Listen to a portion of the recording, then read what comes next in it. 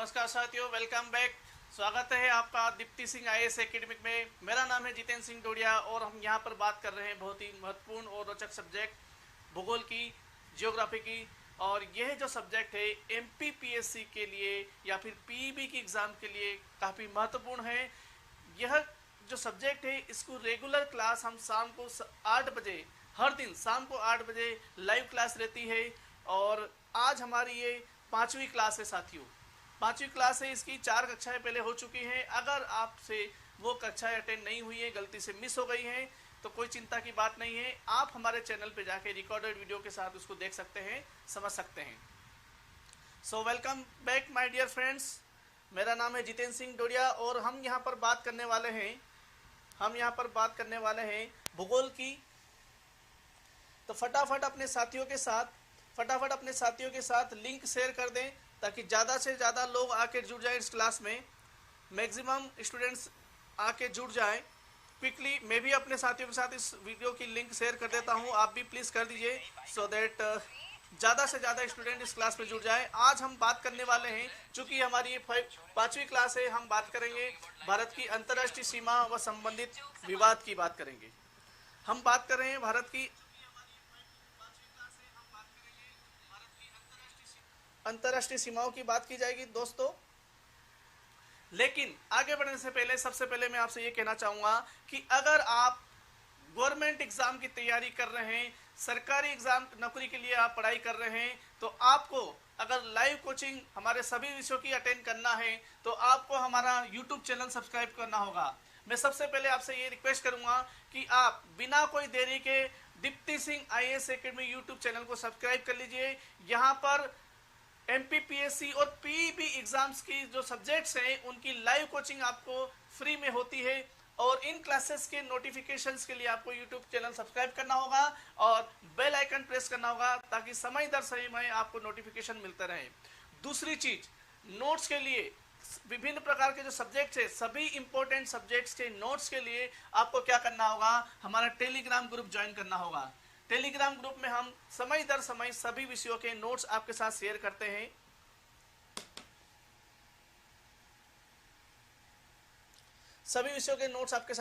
हैं। अगर आप वहां पे हमसे जुड़ जाएंगे तो आपको भी वही इंपॉर्टेंट नोट्स इजीली मिल जाएंगे। सो माय डियर फ्रेंड्स, आज हमारी 5वीं क्लास है। अभी तक हम 4 क्लास डिलीवर कर चुके हैं और इन क्लासेस में हमने पढ़ा था, इन क्लासेस में हमने चर्चा करी थी।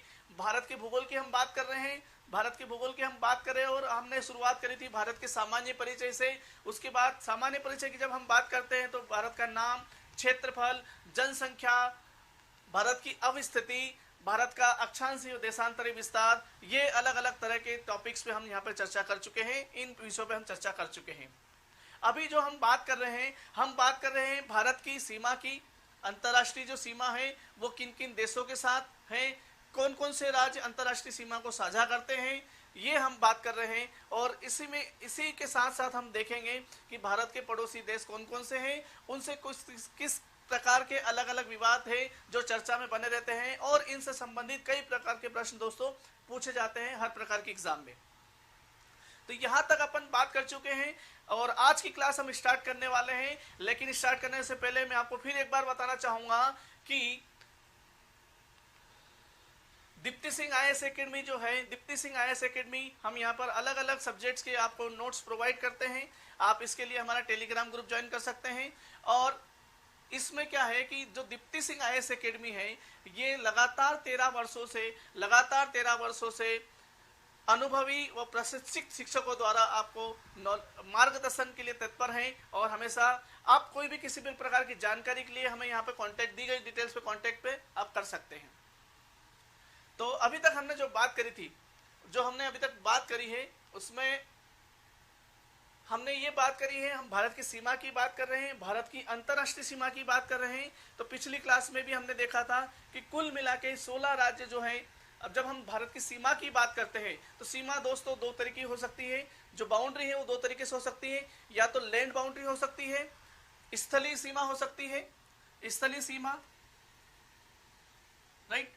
मैंने 16 राज्यों की बात करी थी, अगर आपको याद हो तो पिछली क्लास में मैंने जो डिस्कस किया था आपके साथ, थोड़ा सा एक क्विक हमको पता होना चाहिए लुक देख लीजिए आप कि सीमा की हमने बात करी, कुल मिला के 16 ऐसे राज्य हैं, जो भारत के ऐसे 16 राज्य हैं जो अंतर्राष्ट्रीय सीमा दूसरे देशों के साथ साझा करते हैं और स्थलीय सीमा साझा करते हैं। अगर हम तटीय सीमा की या फिर तटीय सीमा की या फिर जलीय सीमा की बात करें तो कुल मिला के 9 ऐसे राज्य हैं जो अन्य देशों के साथ सीमा साझा करते हैं। सबसे ज्यादा कौन करता है? तो याद रखिएगा माय डियर फ्रेंड्स, पश्चिम बंगाल एक ऐसा स्टेट है जो सबसे ज्यादा सीमा साझा करता है और इसकी जो है 2500 किलोमीटर की लगभग ये बाउंड्री शेयर करता है स्थलीय। और अगर हम कम की बात करें तो नागालैंड लगभग 215 किलोमीटर शेयर करता है। ये हम पिछली क्लास में एक बार देख चुके थे, लेकिन चूंकि इंपॉर्टेंट है, फिगर्स हमको याद होना चाहिए, फैक्ट्स हमको क्लियर होना चाहिए, इसलिए मैं आपको बार बार ये बताने की कोशिश कर रहा हूँ।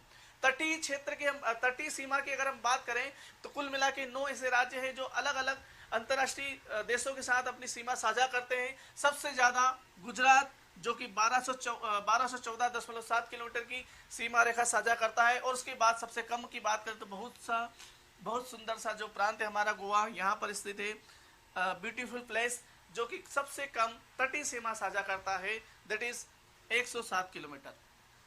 ये हमने पिछली क्लास में देखा था। क्विकली हम आगे बढ़ते हैं। अब हम बात करेंगे अंतर्राष्ट्रीय राज्यों की बात करेंगे। हम राज्यों की हम बात कर लेते हैं। तो जब भी हम राज्यों की बात करते हैं तो वापस से वही सवाल पैदा हो जाता है। राज्यों की माफ कीजिएगा, मैं देशों की बात कर रहा हूं।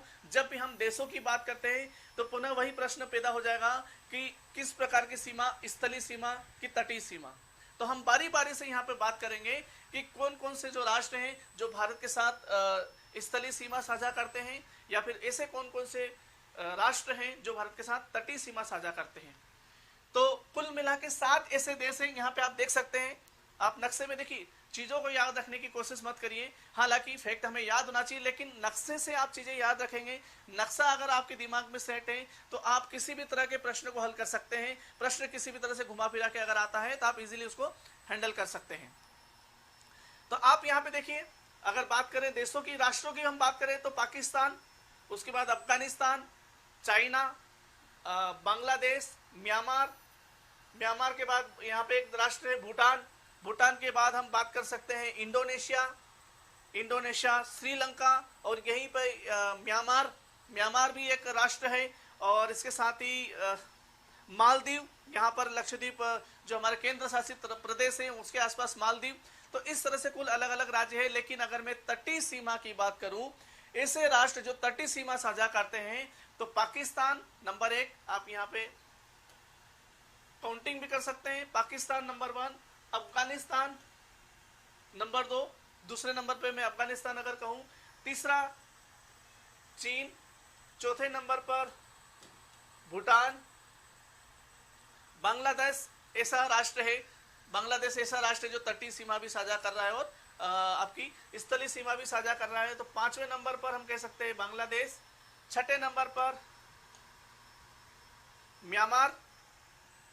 म्यांमार और इंडोनेशिया। ये अलग अलग राष्ट्र है, अलग अलग जो 7 राष्ट्र हैं। सॉरी, इंडोनेशिया की जगह हम नेपाल की बात करेंगे, माफ कीजिएगा। इंडोनेशिया तो जो राष्ट्र, ऐसा राष्ट्र है जो तटीय सीमा साझा करता है, नेपाल छूट गया था। तो 7 इस तरह के राष्ट्र हैं जो स्थलीय सीमा साझा करते हैं। हमें ये जरूर ध्यान रखना होगा कि सबसे ज्यादा कौन करता है और सबसे कम कौन करता है। इस तरह का प्रश्न पूछा जा सकता है। प्रश्न क्या पूछा जा सकता है कि कौन सा राष्ट्र जो भारत का, ऐसे कौन से पड़ोसी राष्ट्र जो ज्यादा से ज्यादा सीमा साझा करते हैं। तो बांग्लादेश, सही जवाब क्या होगा? बांग्लादेश।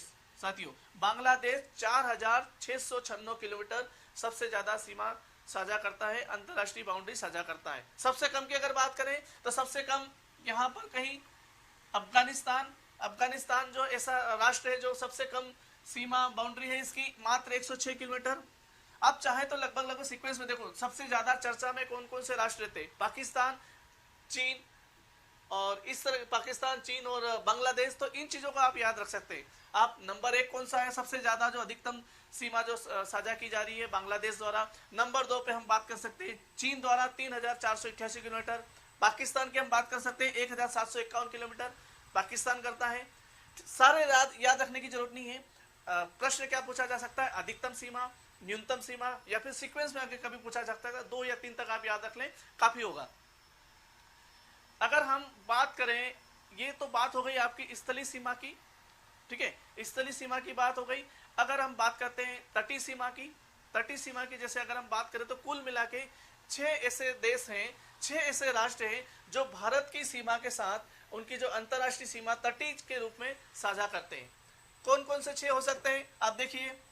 सबसे पहले पाकिस्तान, यहाँ पर कहीं जलीय क्षेत्र में, समुद्र में यहाँ पर कहीं सीमा, अंतर्राष्ट्रीय सीमा साझा करता है पाकिस्तान। दूसरा हम कह सकते हैं बांग्लादेश, नंबर 1। अगर मैं मार्किंग करूं, नंबरिंग करूं तो नंबर 1 पाकिस्तान। नंबर 2, क्रमांक 2 पे आ जाएगा आपका बांग्लादेश। यहाँ पर कहीं म्यांमार जो है, यहाँ पर कहीं आप देख सकते हैं ईस्ट में पूर्वी क्षेत्र में म्यांमार। दक्षिणी क्षेत्र की अगर बात करूं, दक्षिण पूर्वी क्षेत्र की बात करूं तो यहाँ पर इंडोनेशिया जो है हमारे अंडमान निकोबार जो द्वीप समूह है उनके साथ कहीं कहीं तटीय सीमा साझा करता है। 5वें नंबर पे अगर हम बात करें तो श्रीलंका। और छठा क्या हो सकता है? छठा हो सकता है आपका मालदीव जो राष्ट्र है वो अपने जो लक्षद्वीप वगैरह जो हमारे केंद्र शासित प्रदेश है उनके साथ कहीं कहीं तटीय सीमा बनाता है। इन चीजों को हम डिटेल में बात करेंगे। अब सवाल ये पैदा होता है कि जलीय सीमा या फिर तटीय सीमा कैसे बनती है, राइट। जैसे कि ये अगर हमारे राष्ट्र की बाउंड्री की बात करें, ये किस तरह से जो हमारे दूसरे राष्ट्र हैं, पड़ोसी राष्ट्र, जैसे कि आपका मालदीव की बात करें, इंडोनेशिया की बात करें, तो इनके साथ किस तरह से तटीय सीमा बना रहे हैं, जलीय सीमा किस तरह से बना रहे हैं, ठीक। तो उसके लिए 2-3 चीजें होती है साथियों। जैसे हमें कुछ टर्मिनोलॉजी क्लियर करना होगी। जैसे कि एक होता है चैनल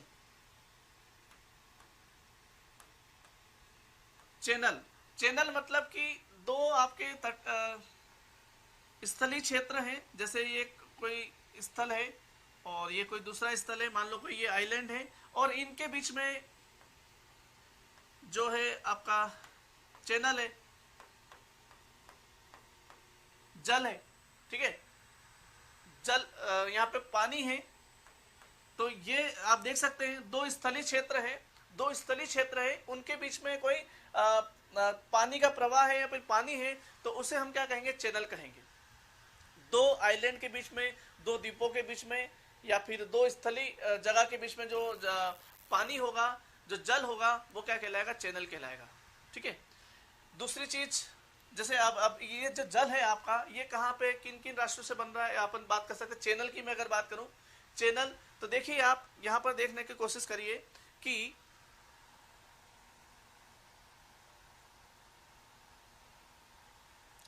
जब हम बात कर रहे हैं, भारत की बात कर रहे हैं कि भारत जो है म्यांमार के साथ किस तरह से जलीय जो रेखा है आपकी, तटीय रेखा निर्माण करता है।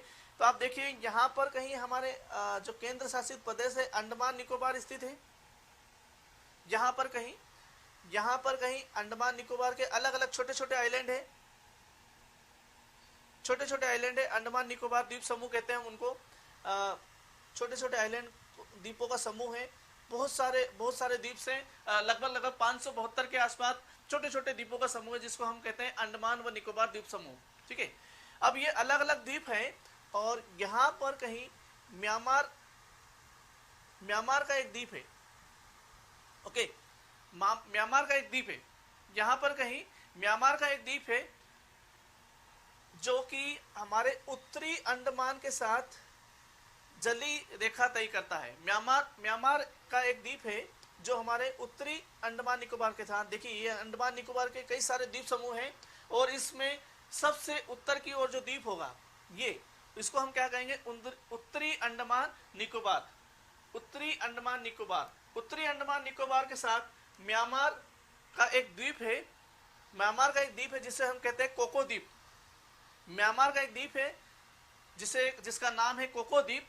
तो कोको द्वीप व उत्तरी अंडमान निकोबार के बीच में जो चैनल बन रहा है, ठीक है, उसको हम कहेंगे कोको चैनल। तो कोको चैनल के द्वारा आप समझिएगा, ठीक है। मान लो ये आपका म्यांमार का कोको द्वीप है, और ये हमारा उत्तरी अंडमान निकोबार है, ठीक है। दो अलग अलग द्वीप है, और इन द्वीपों के बीच में जो चैनल है, उसका नाम है कोको चैनल। इन दोनों द्वीपों के बीच में जो चैनल है उसका नाम है कोको चैनल। कोको चैनल जो नाम वो पड़ा है वो कोको द्वीप से पड़ा है। तो इनके बीच में कोको चैनल है, और ये क्या कोको चैनल क्या कर रही है, कोको चैनल दोनों देशों के बीच में जलीय रेखा बना रही है। ठीक है, तो अगर प्रश्न पूछा जाता है, फैक्ट तैयार हो रहे हैं यहाँ पे देखिएगा आप, अगर प्रश्न पूछा जाता है कि म्यांमार व भारत के बीच में जो जलीय सीमा रेखा है वो किस नाम से जानी जाती है, तो हम क्या कहेंगे, कोको चैनल। कोको चैनल क्या होता है, कोको चैनल क्या है, कोको द्वीप के नाम से पड़ा है। म्यांमार का कोको द्वीप और भारत का उत्तरी अंडमान निकोबार दोनों मिला के जल सीमा बना रहे हैं कोको चैनल के नाम से। तो चैनल आपको समझ में आ गया है। अब अलग अलग, जैसे अभी तो मैंने इसकी बात करी, म्यांमार की अगर बात करी, इसी तरह से मैं इंडोनेशिया की भी बात कर सकता हूँ। इंडोनेशिया, जैसे अभी मैंने थोड़ी देर पहले आपको बताया कि मान लो ये यहाँ पर कहीं आपका कोको द्वीप है,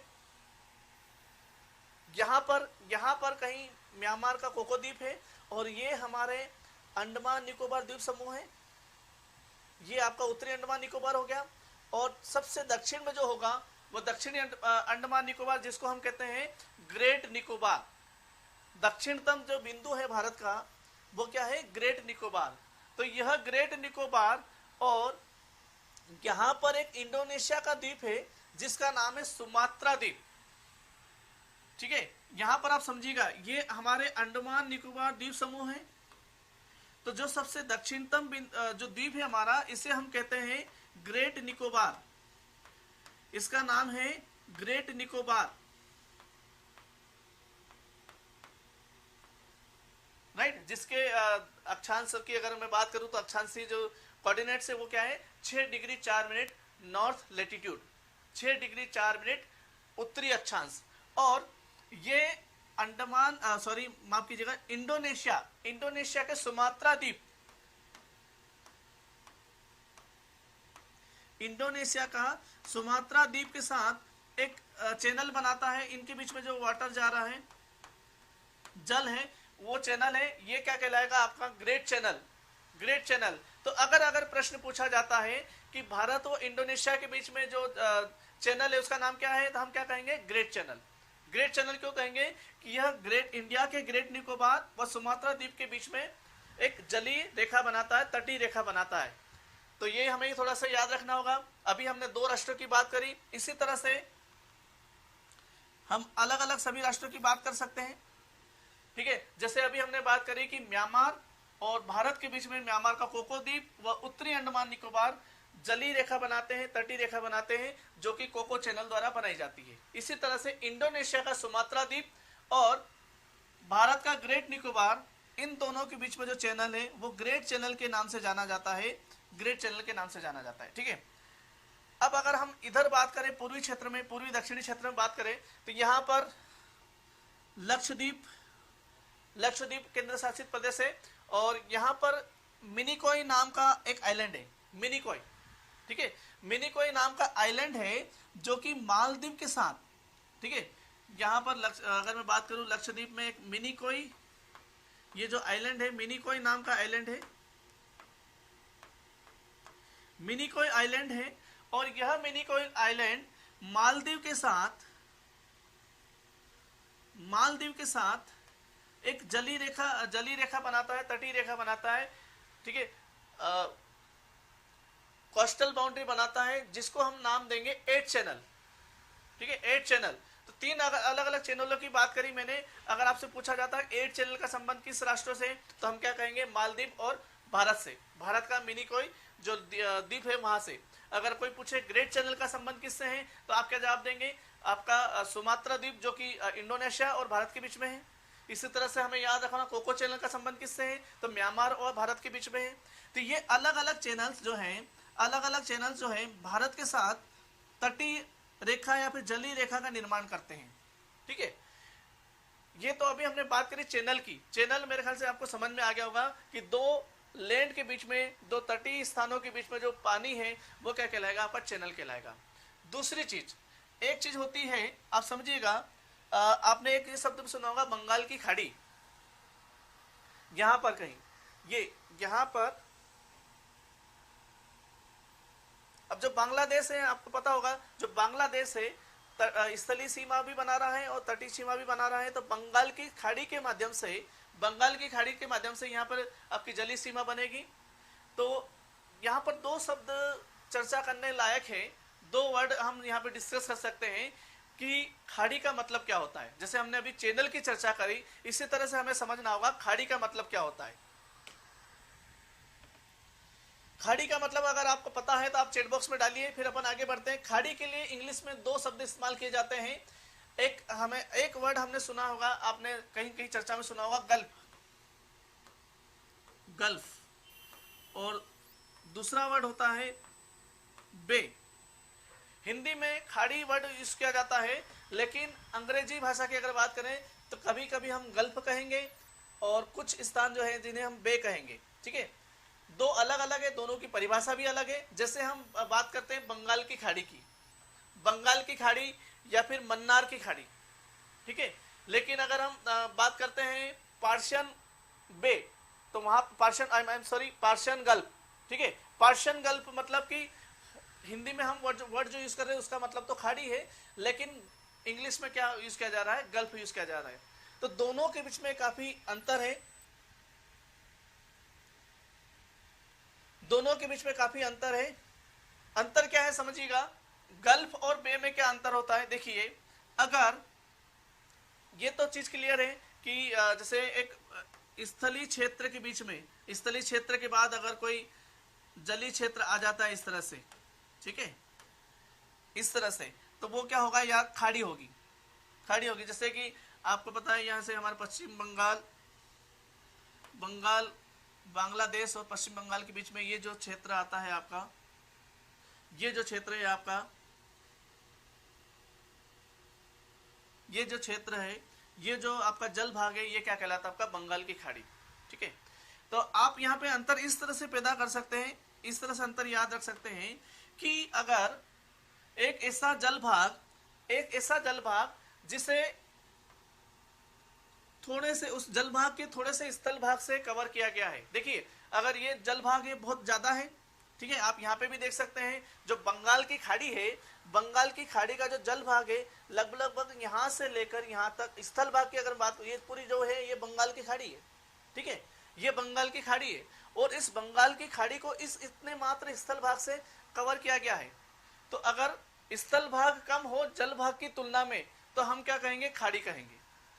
ठीक है, या फिर बे कहेंगे। खाड़ी तो हम दोनों शब्दों के लिए इस्तेमाल करेंगे, गल्फ के लिए भी, बे के लिए भी। लेकिन बे कब होगा, बे कब इस्तेमाल किया जाएगा, जब आपका जो लैंड एरिया है वाटर एरिया के कंपैरिजन में कम है, तो दैट इज बे। मतलब जल भाग से स्थल भाग थोड़ा कम है, तो वो क्या कहलाएगा, आपका बे कहलाएगा। गल्फ क्या हो सकता है, गल्फ की अगर हम बात करें, गल्फ की अगर हम चर्चा करें, तो मान लीजिए कि तीनों ओर से ये सपोज आपका एक स्थलीय भाग है और यहां पर वाटर जलीय भाग है। ठीक है, अब आप देख सकते हैं इस जलीय भाग को इस स्थलीय भाग ने तीन ओर से कवर कर रखा है। यहां पर भी लगभग तीन दिशाओं से कवर कर रखा था, लेकिन जलीय भाग की तुलना में स्थलीय भाग ज्यादा है। या फिर तुलना करें अगर हम बे से, तो बे की तुलना में गल्फ का जो स्थलीय भाग होता है वो ज्यादा होता है।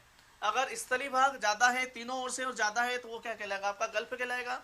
और अगर हम इस तरह से बात करें कि स्थलीय भाग कम है और जलीय भाग ज्यादा है, तो वो क्या कहलाएगा, आपका बे कहलाएगा। जैसे कि बे ऑफ बंगाल की खाड़ी, तो आप यहाँ पे देख सकते हैं स्थलीय भाग काफी कम होता है। मन्नार की खाड़ी, वहां पे भी वही कारण है, मन्नार की खाड़ी, तो वहां पे भी हम इसी तरह से अंतर पैदा करेंगे, इसी तरह से अंतर समझेंगे। उम्मीद करता हूं आई होप आपको समझ में आ रहा होगा। कोई भी आपको क्वेरी है तो आप यहाँ पे चैट बॉक्स में आप डाल सकते हैं। ओके, आगे बढ़ते हैं। तो अभी हमने बात करी गल्फ की या फिर बे की। तो जैसे अगर हम बात करते हैं यहाँ पर, जैसे अभी हमने चैनल की बात करी, खाड़ी की बात करी, एक चीज होती है जो यहाँ पे हम समझेंगे। जैसे कि मान लो ये हमारा भारत का दक्षिणतम भाग है, ये भारत का दक्षिणतम हिस्सा है, और यहाँ पर श्रीलंका है।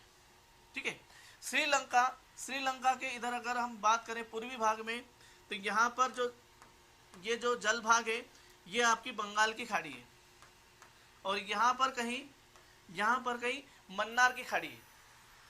ठीक है, इधर हम बात करें पूर्वी भाग में तो बंगाल की खाड़ी है, और यहाँ पर कहीं मन्नार की खाड़ी है। तो दो अलग अलग जलीय भाग एक जगह पर अगर मिल रहे हैं, ठीक है, जल संधि दो अलग अलग जलीय भाग एक जगह पर मिल रहे हैं, ठीक है, तो उसे हम क्या कहेंगे, जल संधि कहेंगे। ठीक है, इसे हम कहेंगे जल संधि। इस जल संधि को हम किस नाम से जानते हैं, इस जल संधि को हम जानते हैं पाक जल संधि के नाम से, पाक जल संधि। ठीक है, या फिर जल डमरू मध्य भी कहते हैं इसको। दूसरा शब्द क्या है, जल डमरू, पाक जल डमरू। ये जो पाक जो है ये मद्रास के गवर्नर जनरल थे। ठीक है, उन्हीं के आधार पर ये नाम रखा गया है। मद्रास के गवर्नर जनरल थे, उन्हीं के नाम के आधार पर पाक जल संधि या फिर पाक जल डमरू नाम रखा गया है।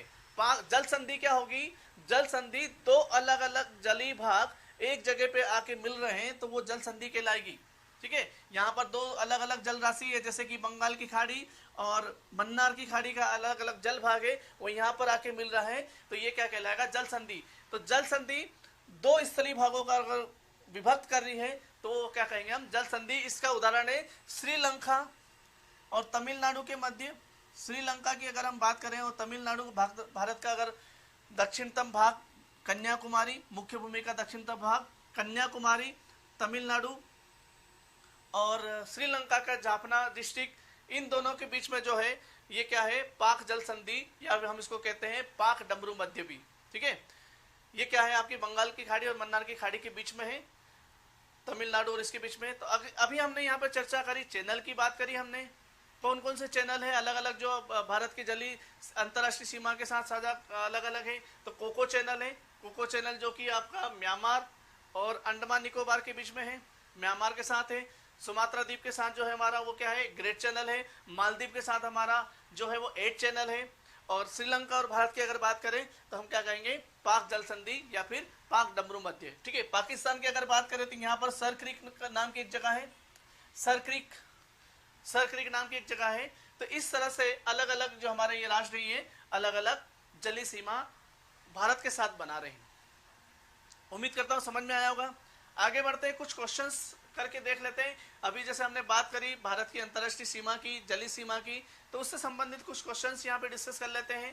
पहला प्रश्न आपके सामने है, कोशिश करिएगा जवाब देने की। अगर समझ में आया तो कुछ चीजें आप दिमाग में हाथों हाथ हम क्वेश्चंस कर लेंगे। अभी हमने पढ़ा है, अभी हम क्वेश्चंस कर लेंगे तो माइंड में प्रॉपर सेट हो जाएगी और हमें लाइफ टाइम याद रहेगी। राइट, क्वेश्चन क्या है, निम्नलिखित में से किस भारतीय राज्य की सीमाएं भूटान राष्ट्र के साथ नहीं मिलती।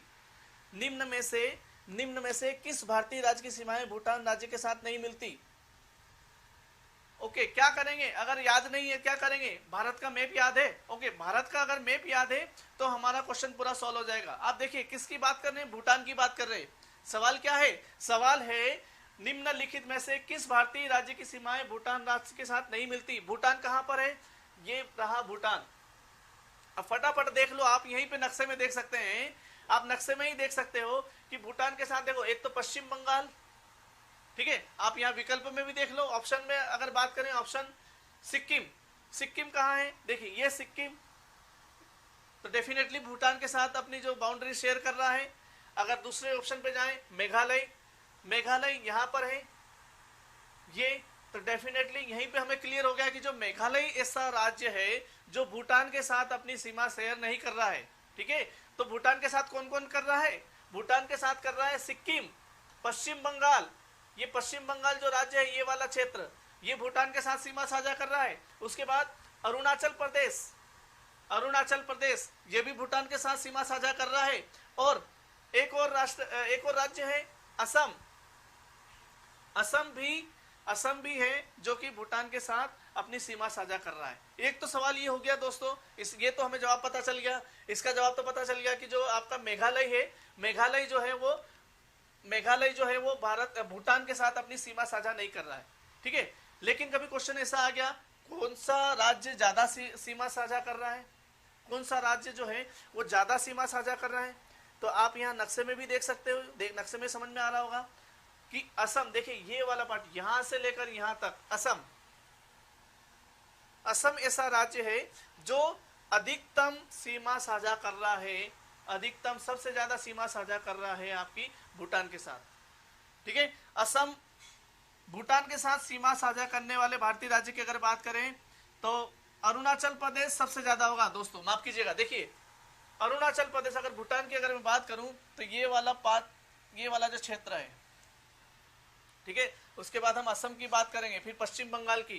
तो ये इस तरह से सीक्वेंस में हम याद रख सकते हैं कि किस तरह से अलग अलग राज्य कितनी कितनी सीमा भूटान के साथ अंतरराष्ट्रीय सीमा साझा कर रहे हैं।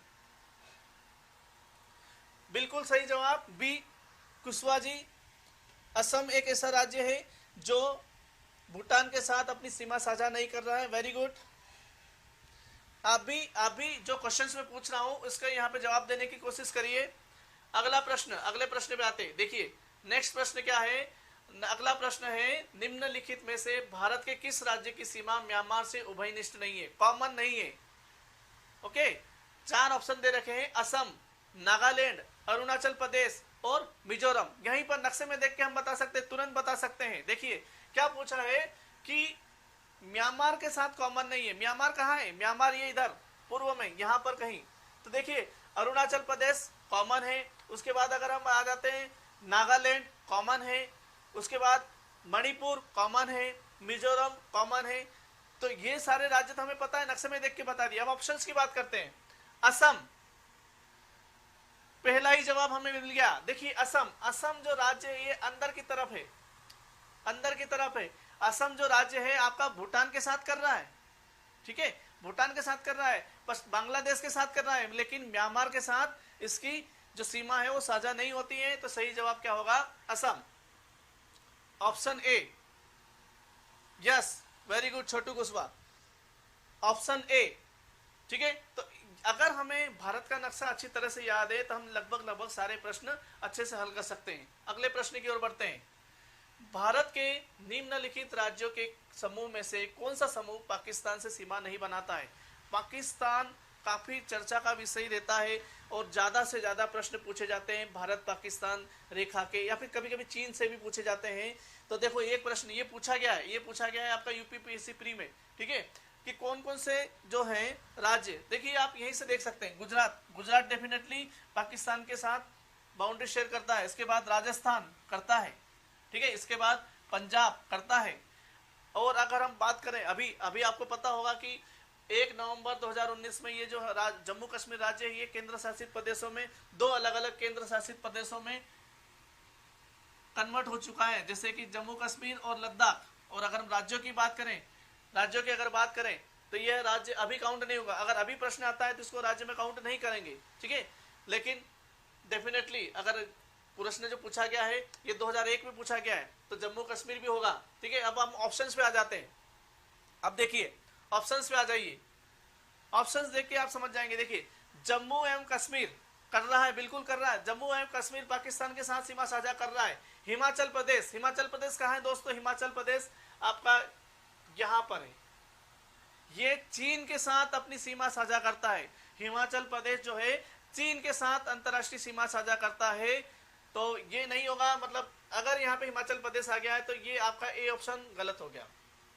बी पे आते हैं, पंजाब, पंजाब पाकिस्तान के साथ बिल्कुल 100% अपनी बाउंड्री शेयर कर रहा है। जम्मू एवं कश्मीर राइट 100%। इसके बाद राजस्थान बिल्कुल सही जवाब, गुजरात सही जवाब। मतलब अभी तक की अगर स्थिति हम देखें तो बी हमारा ऑप्शन सही हो सकता है, मतलब है ही, लेकिन चलो ऑप्शन बी सही है।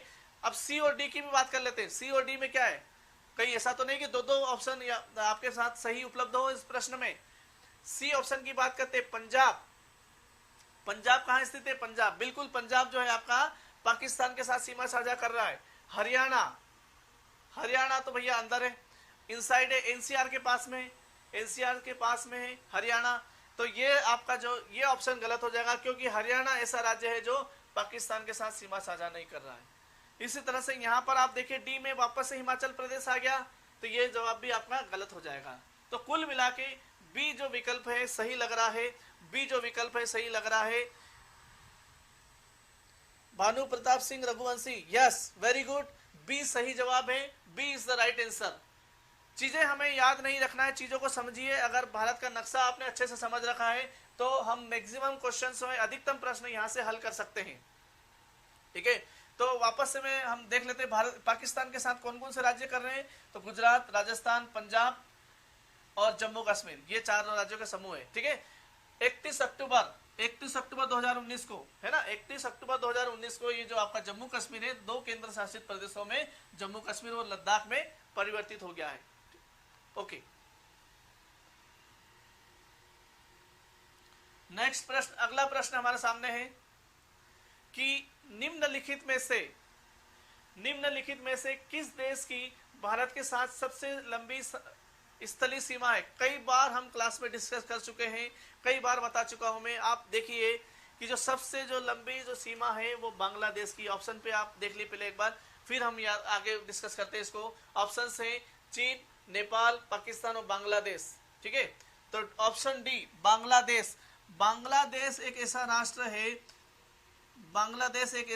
है जो भारत के साथ अधिकतम अंतरराष्ट्रीय बाउंड्री शेयर करता है, अंतरराष्ट्रीय सीमा के शेयर करता है। उसके बाद चीन और तीसरे नंबर पर पाकिस्तान। ठीक है, कितनी करता है? 4096.7 किलोमीटर सबसे नंबर पर। ठीक है, सबसे कम की अगर बात करें तो अफगानिस्तान यहाँ पर सबसे कम 106 किलोमीटर लगभग सबसे कम अफगानिस्तान करता है, और सबसे ज्यादा बांग्लादेश करता है 4096.7 किलोमीटर। बहुत इंटरेस्टिंग क्वेश्चन पूछा गया है ये, एमपीपीएससी प्री 2016 में ये सवाल पूछा गया है। आगे बढ़ते हैं। भारत और चीन के उत्तरी पूर्वी सीमा का सीमांकन कौन सी रेखा करती है? उत्तर की बात कर रहे हैं, पूर्व की बात कर रहे हैं, मतलब यहाँ कहीं बात कर रहे हैं, इसकी बात कर रहे हैं। इस क्षेत्र में ये भारत, ये चीन, भारत और चीन के मध्य जो रेखा है कौन सी रेखा है? डुरंडू रेखा, मैकमोहन रेखा, रेड क्लिफ रेखा, या फिर तीनों में से कोई नहीं? देखिए डुरंडू रेखा, अगर जो डुरंडू रेखा की बात करें तो डुरंडू रेखा मेरे ख्याल से भारत व अफगानिस्तान के बीच जो आपकी सीमा रेखा है, भारत व अफगानिस्तान के बीच में जो आपकी सीमा रेखा है उसको हम डुरंडू रेखा के नाम से जानते हैं। ठीक है, ऑप्शन ए की बात करें, ये गलत हो गया, ये भारत व अफगानिस्तान के बीच में है। रेड क्लिफ, अब देखो डी तो हो नहीं सकता, स्वाभाविक सी बात है, या तो ऑप्शन बी होगा या फिर ऑप्शन सी होगा। फटाफट बताइए, option B. Okay, Bhanu Pratap Singh Raghuvanshi, option B.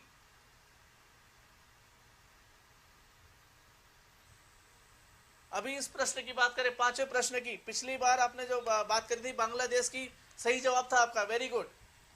लेकिन अगर अभी हम बात करें तो Chandan KGF, option C red cliff रेखा,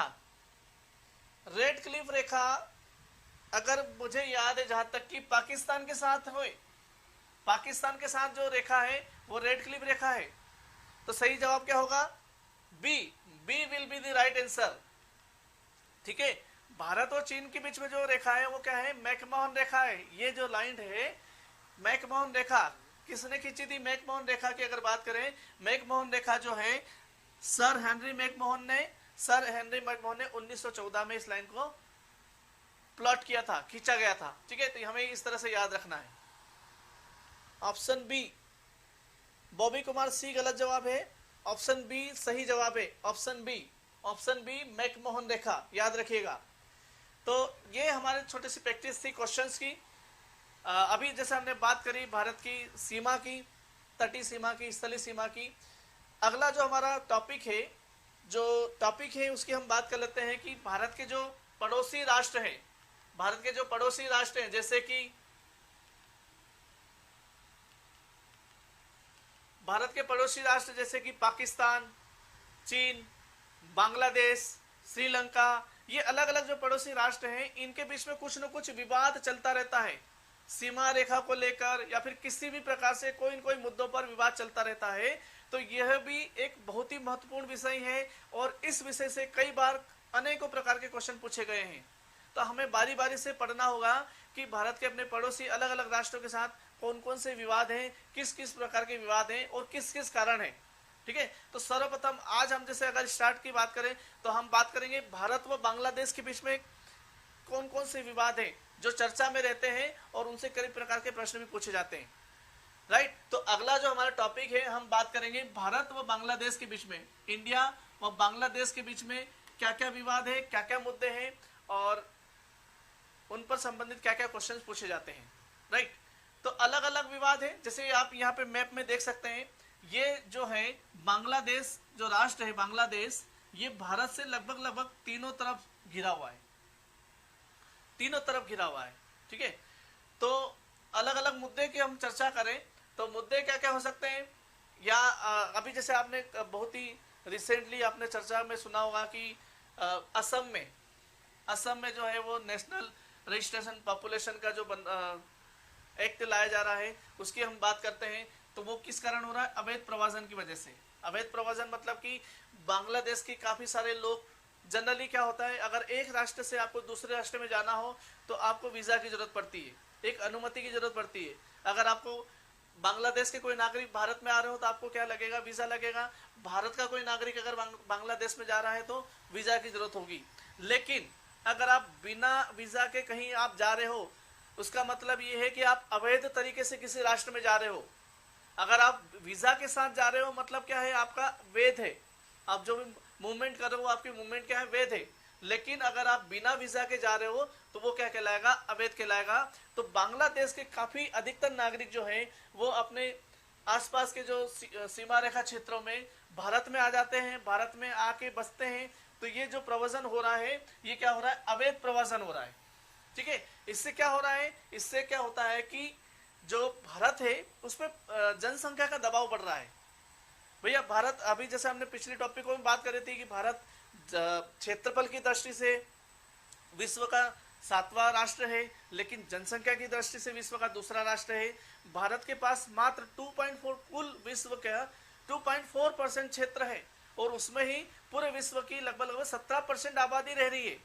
अब 2.4% मात्र क्षेत्र में 17% आबादी रह रही है और अधिक लोग अगर आ जाएंगे तो भारत पर दबाव बढ़ता है जनसंख्या का। तो ये एक काफी ज्वलंत मुद्दा है जो कई बार चर्चा में रहा है और इसकी वजह से मतलब कई बार मुद्दे बने हैं। अगला जैसे अगर हम बात करें, अगला मुद्दा क्या है, अगला मुद्दा है सुंदरवन। सुंदरवन क्या चीज है, सुंदरवन भी काफी मतलब इससे संबंधित कई प्रकार के प्रश्न पूछे जाते हैं आपके एग्जाम्स में कि सुंदरवन एक मतलब बहुत ही अच्छा इंटरेस्टिंग टॉपिक है। सुंदरवन क्या है, सुंदरवन दो चीजों के लिए जाना जाता है। सुंदरवन दो चीजों के लिए जाना जाता है। पहली चीज तो ये कि सुंदरवन जो है एक यहाँ पर विश्व का सबसे बड़ा डेल्टा है। सुंदरवन जो ऐसी जगह है यहाँ पर विश्व का सबसे बड़ा डेल्टा है। अब ये डेल्टा क्या होता है, तो साथियों डेल्टा समझते हैं कि देखो नदी जो है वो पहाड़ों से स्टार्ट होती है। मान लो कि ये कोई इस तरह से पहाड़ है, ठीक है, तो यहाँ से जो है नदी का उद्गम होता है। तो जब नदी पहाड़ से चलती है, नदी पहाड़ से चलेगी तो इसका मूवमेंट जो रहता है एकदम नीचे की ओर रहता है, तो इसकी स्पीड बहुत ज्यादा रहती है। ठीक है, और जब ये मैदानी भाग में आ जाएगी, मैदानी भाग में आ जाती है तो मैदानी भाग में नदी की जो है स्पीड कम हो जाती है। ठीक है, और स्पीड कम होकर क्या होती है, वो अलग अलग धाराओं में बढ़ जाती है। अलग अलग धाराओं में नदी जो है वो बढ़ जाती है। ठीक है, और यह कुल मिला के एक तरह के डेल्टा जैसा शेप बनाती है। कोई भी नदी है जो समुद्र की ओर जा रही है, समुद्र की ओर जा रही है और मैदानी इलाकों में क्या है, या फिर समुद्र में मिलने से पहले मैदानी इलाकों में वो डेल्टा का रूप ले लेती है, छोटी छोटी धाराओं का रूप ले लेती है। तो वो छोटी छोटी धाराओं का जो समूह है वो क्या कहलाता है, आपका डेल्टा कहलाता है। तो क्या हो रहा है, यहाँ पर बांग्लादेश में दो अलग अलग नदी आती है। एक तो गंगा नदी, गंगा नदी जो कि बांग्लादेश में पद्मा नदी के नाम से जानी जाती है। गंगा नदी भारत में गंगा के नाम से और बांग्लादेश में आके वो पद्मा के नाम से जानी जाएगी। ठीक है, एक जो नदी है ब्रह्मपुत्र नदी आ रही है, ब्रह्मपुत्र नदी, और यही नदी बांग्लादेश में जमुना के नाम से जानी जाती है। दो नदियां हैं, देखिएगा, याद रखिएगा, याद रखिएगा, दो अलग अलग नदियां हैं। एक जो है गंगा नदी है जो कि बांग्लादेश में आके पद्मा के नाम से जानी जाती है, ठीक है। गंगा नदी जो कि पद्मा के नाम से जानी जाती है, ब्रह्मपुत्र एक नदी आती है जो कि जमुना के नाम से जानी जाती है, और ये दोनों नदियां आगे जाके मिल जाती है। देखो नदियों के अलग अलग रूप होते हैं। क्या होता है कि दो अलग अलग नदी मिलकर एक नदी बनाए, ये जैसे कि आपकी पद्मा नदी और जमुना नदी मिलकर एक नई नदी का निर्माण करती है, ठीक है। दो अलग अलग नदी एक नई नदी का निर्माण करती है, तो उससे हम क्या कहते हैं, संयुक्त नदी। क्या कहेंगे, संयुक्त नदी।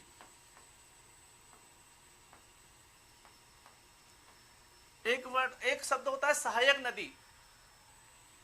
एक शब्द क्या होता है, सहायक नदी। सहायक नदी भी समझ लीजिए, ठीक है, कि अगर संयुक्त नदी की हमने बात करी, अब ये जो संयुक्त नदी है आपकी, ठीक है, इसकी सहायक नदी कौन कौन सी है, तो गंगा और ब्रह्मपुत्र, ठीक है। तो ये जो यहाँ पर नदी है, ये काफी बड़ा, विश्व का सबसे बड़ा डेल्टा का निर्माण करती है। ये जो दो नदियां आ रही है, ये दो नदियां मिलकर यहाँ पर विश्व का बहुत बड़ा डेल्टा का निर्माण करती है। और इस डेल्टा का कंजर्वेशन को लेकर ही, इस डेल्टा क्षेत्र के कंजर्वेशन को लेकर ही भारत और बांग्लादेश के बीच में कभी कुछ न कुछ विवाद बने रहते हैं। तो एक तो ये विवाद की स्थिति ये रह गई डेल्टा की। अब दूसरी चीज इसमें क्या हो रहा है कि जो डेल्टा का जो क्षेत्र रहता है, उपजाऊ क्षेत्र रहता है। तो यहाँ का जो वन है यहाँ पर सुंदर वन के नाम से जाना जाता है, ये सुंदर वन के नाम से जाना जाता है।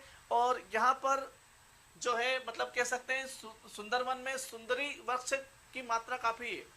सुंदरी वृक्ष की अगर हम बात करें तो सुंदरी वृक्ष की जो मात्रा काफी है। सुंदरी एक प्रकार की वनस्पति है जो कि यहाँ के वनों में पाई जाती है। तो इसी सुंदरी वनस्पति की वजह से ही, इस सुंदरी वनस्पति की वजह से ही सुंदर वन नामकरण किया गया है, ठीक है। तो हम इन सभी मुद्दों का भी आने वाली क्लासेस में विस्तार से डिस्कस करने वाले हैं। चूंकि अभी हमारा क्लास का समय खत्म होने वाला है, तो मैं आपको क्विकली बता दूं कि क्या क्या हम मुद्दे, जो भारत व बांग्लादेश के बीच में क्या क्या मुद्दे हैं, क्या क्या विवाद के मुद्दे हैं, वो हम डिस्कस करने वाले हैं कल की क्लास में। तो पहला मुद्दा, अभी मैंने थोड़ा सा क्विक इंट्रोडक्शन आपको बताया कि अवैध प्रवासन हो गया। दूसरा हम बात करेंगे सुंदरवन की। सुंदरवन का थोड़ा सा मैंने क्विकली बताने की कोशिश करी क्या मुद्दा है। तीसरा, तीस्ता नदी की हम विस्तार से चर्चा करेंगे कल की क्लास में। और उसके बाद हम बात करेंगे फरक्का बैराज।